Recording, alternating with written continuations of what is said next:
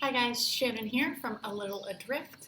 I wanted to talk today about a few ideas for people who are on the road. Usually, if you're going to be planning a long term or round the world trip, there are a few ideas that you can keep in mind, things that you can do to save money once you're on the road. Let's dive right in. So, you're planning a round the world trip or a long term trip, and you're thinking, on the road, what can I do to keep those costs low? Well, the number one, and this is the easy one, but it's to stay out of the West. Pick countries that have a lower cost of living, or at least intersperse those into your trip. And so, when I say West, I also mean any sort of more expensive country. So, it's very expensive to travel in Japan and Australia, a lot of Europe, Portugal, Spain. Those are less expensive, but they're not going to be, as affordable as maybe India. And then, of course, North America, Canada, and the United States, Mexico in North America, but much cheaper.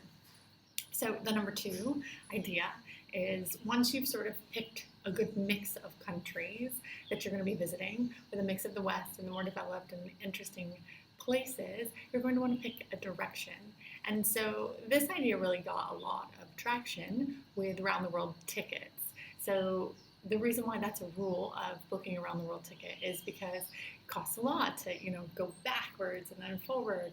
And so for me, my round the world trip started from Los Angeles to Australia, and then I worked my way back through Southeast Asia, South Asia, up at the side of Eastern Europe and across the top, and I ended in Ireland before flying home. And so this is an example of picking a direction and then sort of going up and down but never backtracking. It saves money. Flights are one of the most expensive parts of your around the world trip, and so stay in one direction and you're going to limit that. And another idea, number three, is to pick one spot or a few spots across the length of your trip and stay there. So this can mean staying there for 2 weeks. Maybe there's a city that you always found interesting and you book an Airbnb or a rental for 2 weeks time, and then you use that for your day trips. It can also mean for people who have, a year or 2 years that they're planning these long-term trips, it means finding a country where you can stay for 2 months. And you really start to cut down costs once you do that. And so I've spent 5, 6 months stints in Mexico. I've done that in Thailand, and I've done it in various parts of the world. I also, though, when I'm traveling, even for a few months, I will pick one spot and then explore from there. So this time last year, I was in Tbilisi, Georgia, and I went to the Republic of Georgia because I had always heard wonderful things about it. Well, Georgia's a fairly small country, and so I decided to spend 2 weeks in one spot in the city, and then I did day trips or overnight trips from there. But I had my base in the city, and that allowed me to negotiate a better rate, and I knew the food. I had sort of figured out the lay of the land in my apartment, and those sorts of things tend to impact the bottom line, especially if you're just, you're not on a 2 week trip, you're just going time after time after time. Okay, so the next idea is to pick your lifestyle and your travel style priorities. So, what is the most important part of this trip? I know a lot of people are foodies, and maybe it's cooking classes and it's finding the really good restaurants. And if this is the idea for your trip and the priority, then skipping on that is really going to impact your total experience. But perhaps you could, be a budget traveler in accommodation, but more of a mid-range traveler for food.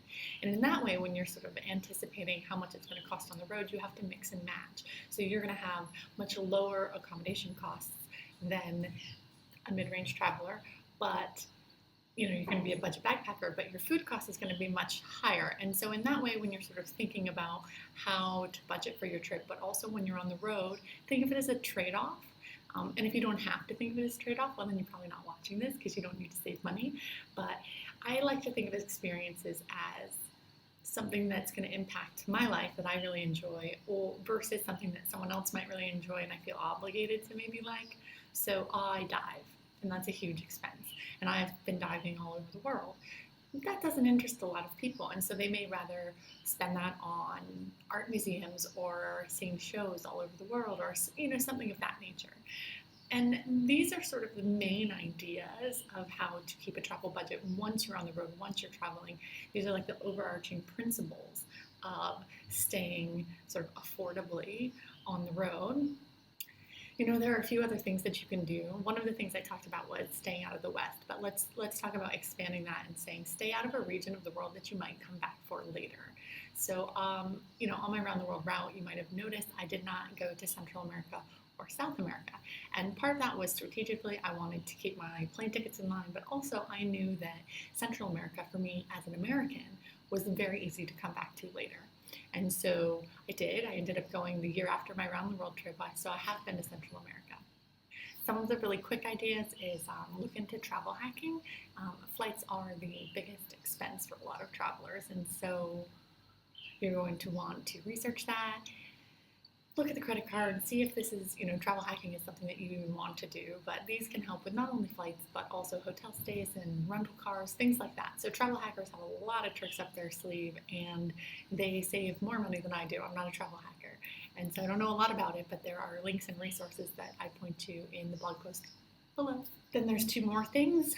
One is picking low-fee credit cards. For me, I travel with a Chase credit card, and this happens to be a points card, which is my only foray into travel hacking. And then I also have a Schwab debit card. And what I love about the Schwab as an American, this is the best card because they reimburse your ATM fees. So ATM fees can be as much as $5 in some parts of the world, and they actually reimburse you those fees. And so it's things like that that add up when you're on the road for a while, and thinking about them ahead of time really saves you money. The other one being if you're a student, there are student cards. Australia has its own student card that you can get to get discounts at the hostels. There's international student cards. Make sure you travel with your student ID if you are in college, as museums and that sort of thing will give you a discount. These are the main principles. There's a lot of other information on my website. All of that is linked below, and if you're interested, you can find me online. That's Shannon RTW on Twitter, A Little Adrift on Instagram and Facebook, and thanks so much.